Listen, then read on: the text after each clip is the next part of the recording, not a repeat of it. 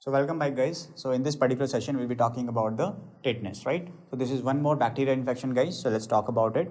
So tetanus is very important, okay, and I'm very sure that you must have studied this at various kind of places, right? For an example, you must have studied about this in the pediatrics, you must have studied about this in your medicine classes, okay. You must have studied this in other sections also, for example pathology also, okay, or in other sections. So here in the PSM also we are talking about the tetanus, right? Okay, and mainly we'll be talking about the vaccines of the tetanus as well, right? Okay guys, so about the tetanus guys, over here first question is what is the causative agent, okay, and you know this from your microbiology also that it is caused by Clostridium, right? Clostridium tetani. It is caused by Clostridium tetani, okay. So very first question, that is it is caused by, what is the etiological agent? So it is caused by Clostridium tetani, right? And here this is the anaerobic bacteria guys. This is the anaerobic bacteria, okay. Actually this is the gram positive bacteria, okay. It is the gram positive bacteria, right? It is a rod shaped, it is having rod shaped, okay, rod shaped and drumstick appearance, as you are seeing this in particular image as well, right? Here we are seeing this, right? Look at this particular image guys, okay. What you are seeing, that it is kind of a drumstick, right? It's kind of a drumstick appearance, right? So this is the appearance of the Clostridium tetani, okay, and it is causing what guys? It is causing the tetanus, right? Okay guys, if it is affecting the neonates, right, very commonly we are seeing that it might be affecting the every age group basically. If it is affecting the neonates, we are calling that as neonatal tetanus, okay, and the details you must have studied this in the pediatrics as well. So in the neonates it can cause the neonatal tetanus, okay, and that, okay, it usually causes the neonatal tetanus in neonates, okay, right? Neonates, right? Usually we are seeing that what is the neonate basically 0 to 28 days, we are calling that a neonatal period, right? Basically in which we are talking about the early neonatal period and the late neonatal period, right? You must have studied this in the pediatrics. So causes neonatal tetanus, that is also called as guys, that is also called as tetanus neonatorum,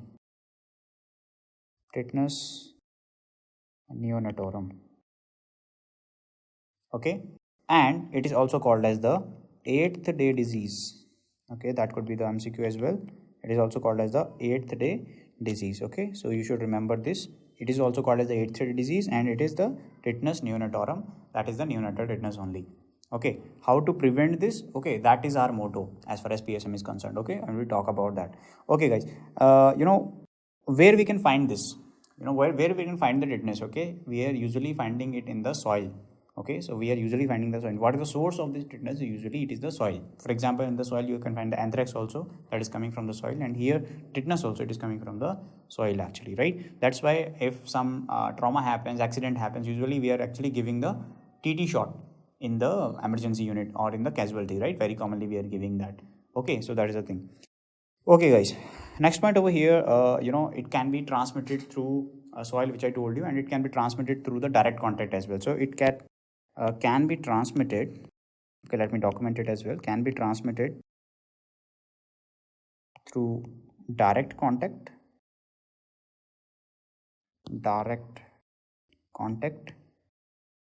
or soil as well, okay, because it is found in the soil basically, right? Okay, what is the incubation period guys? IP period for the tetanus basically. So incubation period is usually 6 to 10 days and it might go till the weeks and the months, right? So from 6 to 10 days it might be spreading further to weeks to months, right? So very long incubation period is found over there, right? Very long incubation period is found over there, okay. Next point over here, how you can actually prevent this, okay. So how we can prevent this, basically we are having a prophylaxis, that is the injections, we are having a vaccines basically, okay. And how to give this vaccine, okay, basically we are actually covering this in the immunization section, right? In the immunization we are talking about two kinds of immunization practices, right? That is, one is the active immunization and one is the passive immunization. We have talked about that earlier as well, active immunization and passive immunization, right? In the passive immunization usually we are providing the immunoglobulin, right? For example, tetanus, if you are talking about, then it is a tetanus immunoglobulin. In the active immunization program, we are talking about the vaccination, right? For example, tetanus vaccination. Okay, so if you talk about the prevention over here, okay, if you talk about the prevention of this particular tetanus, right, we are having two options. One is the active immunization and one is the passive immunization, right? So either we might be having the first one, active immunization,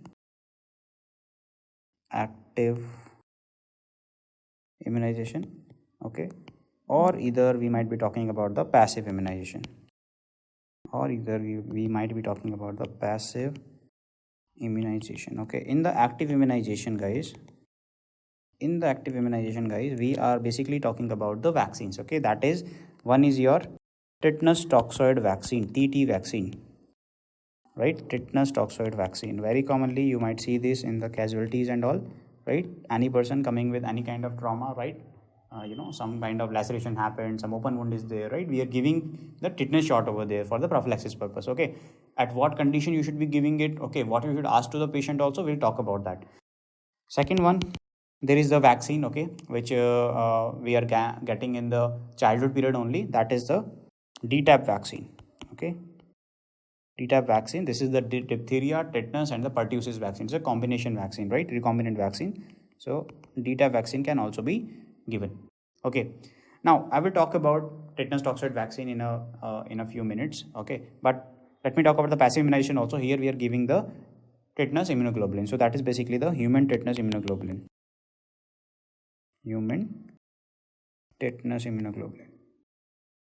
Okay, I'm just writing IG over here, right?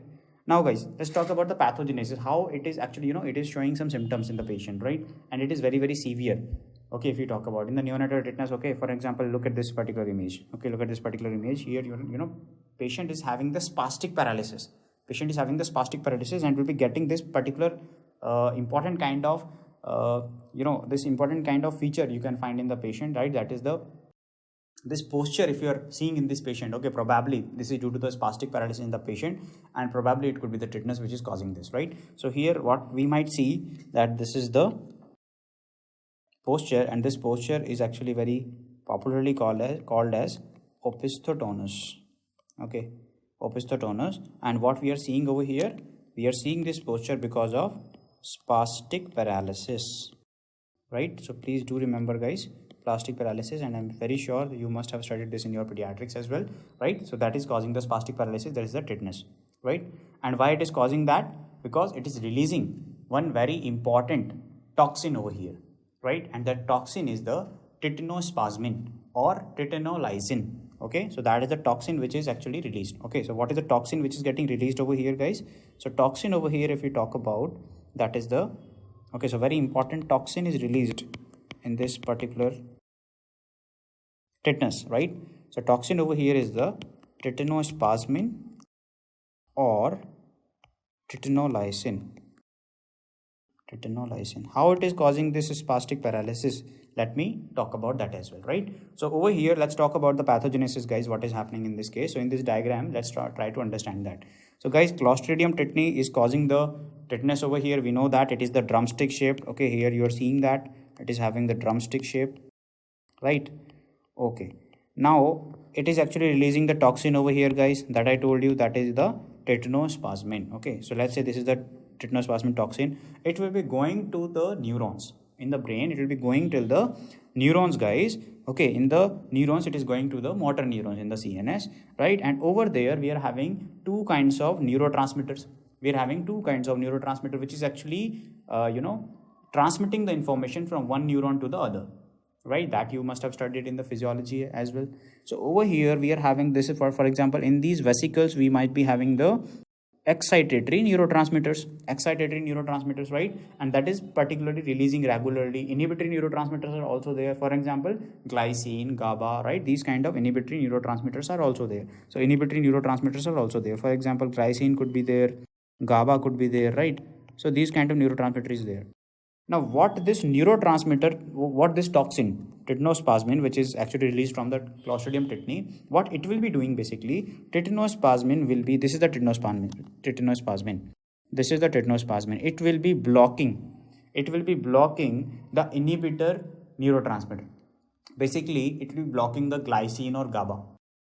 Okay, so actually what is happening in our CNS, there is a excitatory neurotransmitter, which is actually, for example, this is the car. Excitatory neurotransmitter is like, is like accelerator.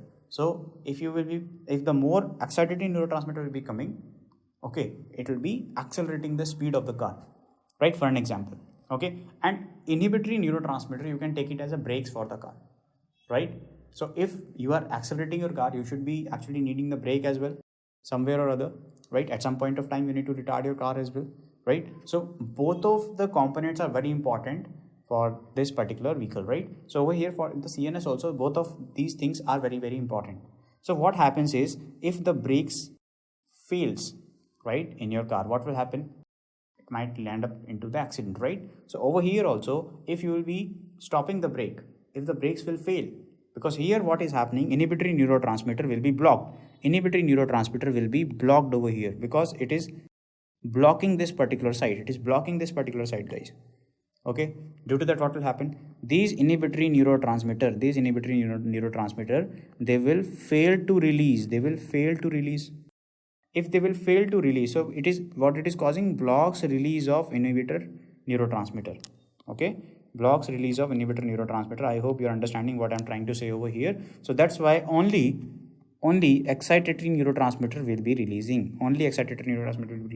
But inhibitory will not be releasing over here. That's why continuous excitatory stimulation will be seen. And that will lead to the spasticity in the patient, and that will lead to the achievement of that particular tone or posture which I told you, that is the opisthotonus. I hope you are clear with that. So guys, once again, guys, come on, that is okay, you will be repeating with me. So first of all, there is a Clostridium tetani. Let's say this is a Clostridium tetani having a drumstick shape. It will be releasing one very toxic substance, that is actually, that toxin is the Tetanospasmin or tetanolysine. It will be going to the CNS neurons. It will be inhibiting the neurotransmitter. Which neurotransmitter? Excitatory or inhibitory? That will be the inhibitory neurotransmitter, right? Once it will be blocking the inhibitory neurotransmitter, for example, GABA or glycine, it will not be able to come into the synapse. This region is the synapse actually. Okay, it will not be able to come into the synapse, and that's how only the excitatory neurotransmitter will be coming in the synapse, and that will be causing the continuous excitatory stimulation will be coming over there. So it will be causing the spasticity. So that's why opisthotonus, if we are seeing in the patient, that is because of this thing. Okay, so whenever next time you are seeing this kind of patient in your hospital settings, this particular pathogenesis should come to your mind at that point of time, right? Okay, so this is about the pathogenesis of the tetanus. Very, very simple. Okay, so we are actually, if we want to prevent this neonatal tetanus, so it is very fatal.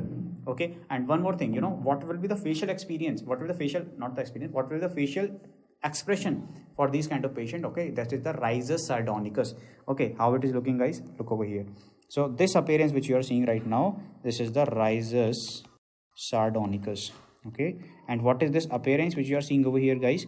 Due to the continuous spasticity, okay, what we are seeing, these look at the facial expression, right? Patient is showing the teeth like this, okay, and the patient is showing the teeth, okay, because of the severe paralysis, I will say spasticity. Okay, so over here that kind of appearance will be seen, right? The muscles will be distended over here, okay, they will be very tight and very prominent, okay, and the patient will be having that particular expression, right, because of the spasm, right? So that is the particular thing over here. Okay, so this particular kind of expression is actually called as risus sardonicus. Okay, I'm sure you must have studied this in the medicine section as well. Okay, guys, now that is about the pathogenesis. We have talked about that. Okay, what about the prevention? We have talked about that immunization is the prevention over here. Okay, we don't want to suffer these kind of things, right? Suffer from these kind of things. So over here we are having the active immunization, passive immunization. In the passive immunization, we can give the human tetanus immunoglobulin. In the active immunization, we might be giving the DTaP, that is the diphtheria, tetanus, and the pertussis vaccine. Okay, or we might be giving the tetanus vaccine. Okay, tetanus toxoid vaccine, right? Okay, so for an example, if you talk about, we are having some category, some, I would say, some criteria basically. Okay, so let me talk about that as well. Okay, so guys, that is, let me just clear this section so that I can explain that well. Okay, guys, fine. Okay, I will come to this table soon. Okay, yeah. So if you talk about this particular thing, okay, that is the tetanus toxoid vaccine. Okay, let me talk about some of the recommendation from the government side. Okay, at what point of time you should be giving it, right? At what particular age you should be giving it, how many doses you should be giving it, right? How many booster doses you should be giving, how many primary doses you should be giving, these kind of recommendation. Let's talk about that, okay, in detail. So over here, guys, if we talk about the tetanus toxoid, guys, tetanus toxoid. Okay, what are the recommendation for the immunization? What are the recommendation for the active immunization? Recommendations for vaccine, for the tetanus vaccine. Okay, so very simple, guys. Here we are giving the 3 primary doses. With that we might be giving the 2 booster doses. Okay, so what we need to remember, 3 primary doses, 2 booster doses. Okay, so over here, first of all, we'll be giving the primary doses, right? So guys, these primary doses should be given with a gap of around 4 to 6 weeks usually. Okay, so here we are giving the primary doses. Okay, so at 0, 1 and then 2 months, okay, you will be giving your primary doses. You will be giving the primary doses, and then you might be following it with the booster doses. And booster dose, when you should be giving it at 1 year.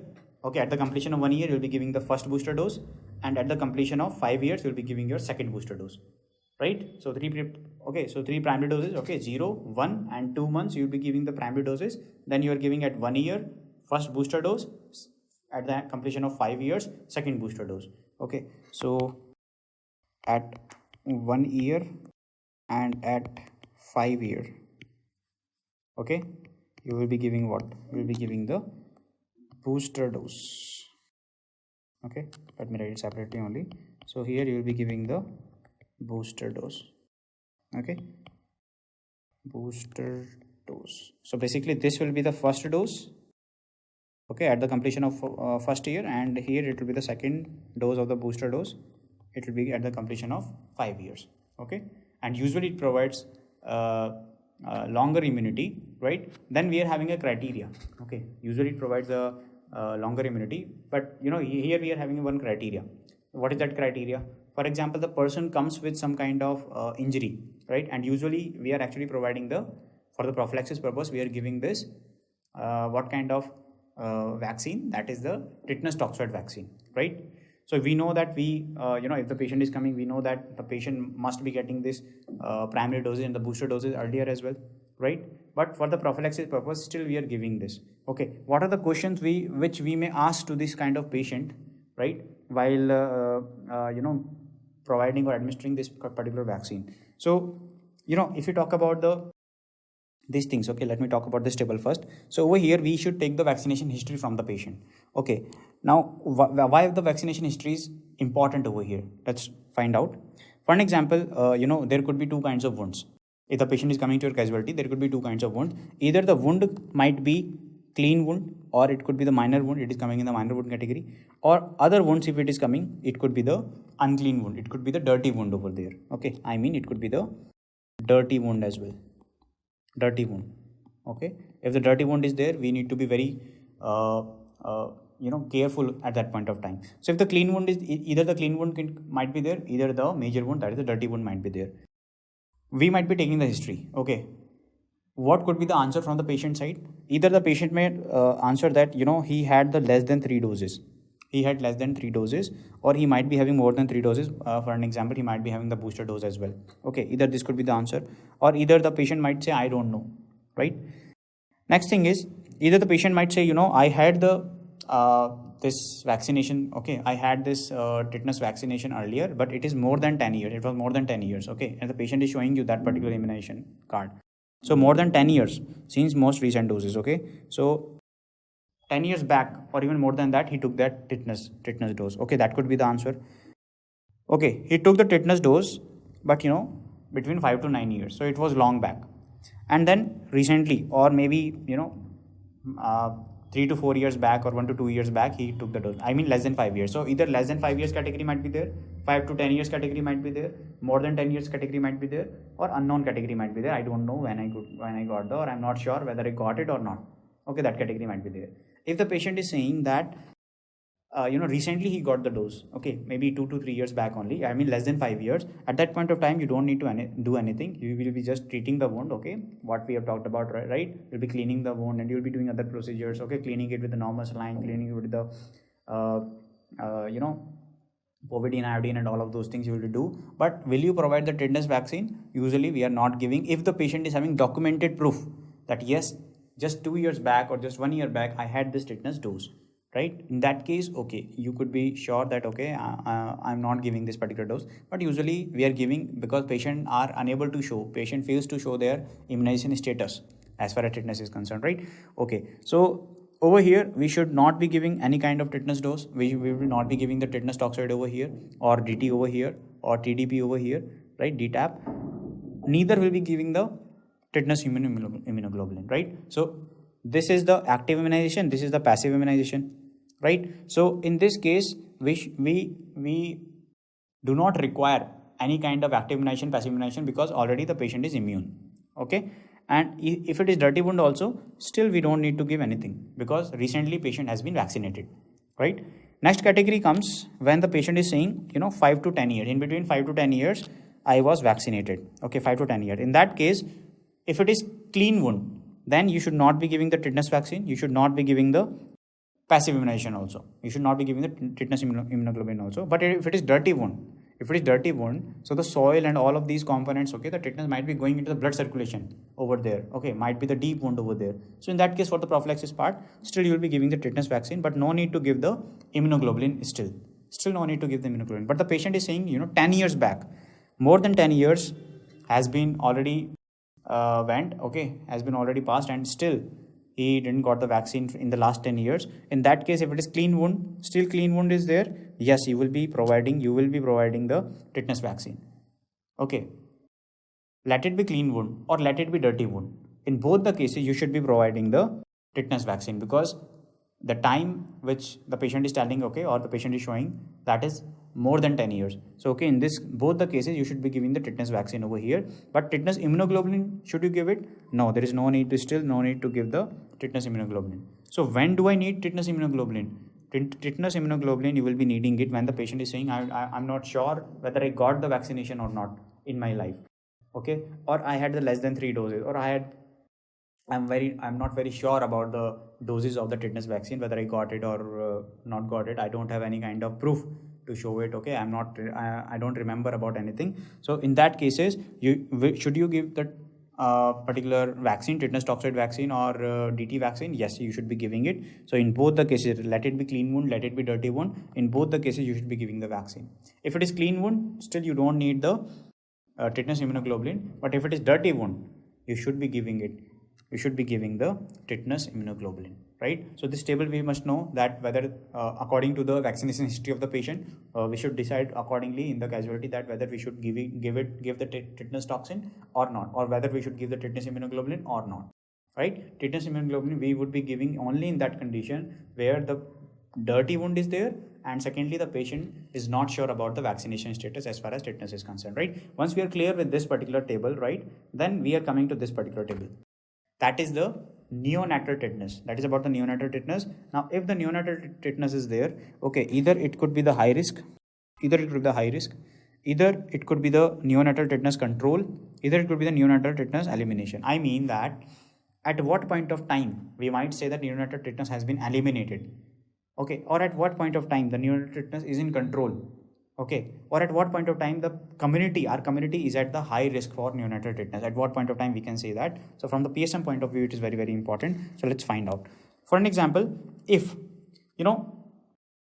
according to WHO says that if in any community, if in any country, for an example, if there is less than 1 in the 1,000 live births, per 1,000 live births, if there are less than 1 case of tetanus in the particular country, then this country will be called as the tetanus eliminated country, okay, and India has already achieved it in the year 2015. So guys, over here I'm just saying, what I'm saying is that according to WHO, okay, WHO says that if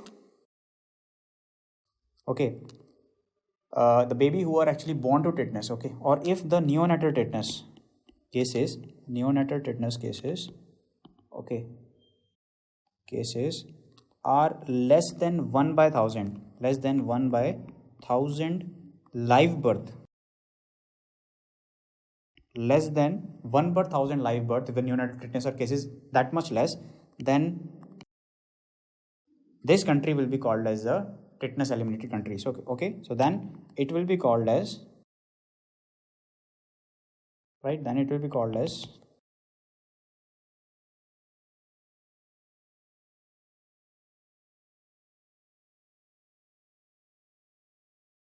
tetanus elimination. Tetanus elimination. And when did India achieved that? India achieved that, right, in 2015, right? So in 2015,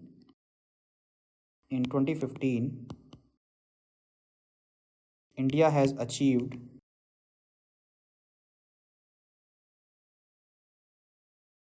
neonatal tetanus elimination.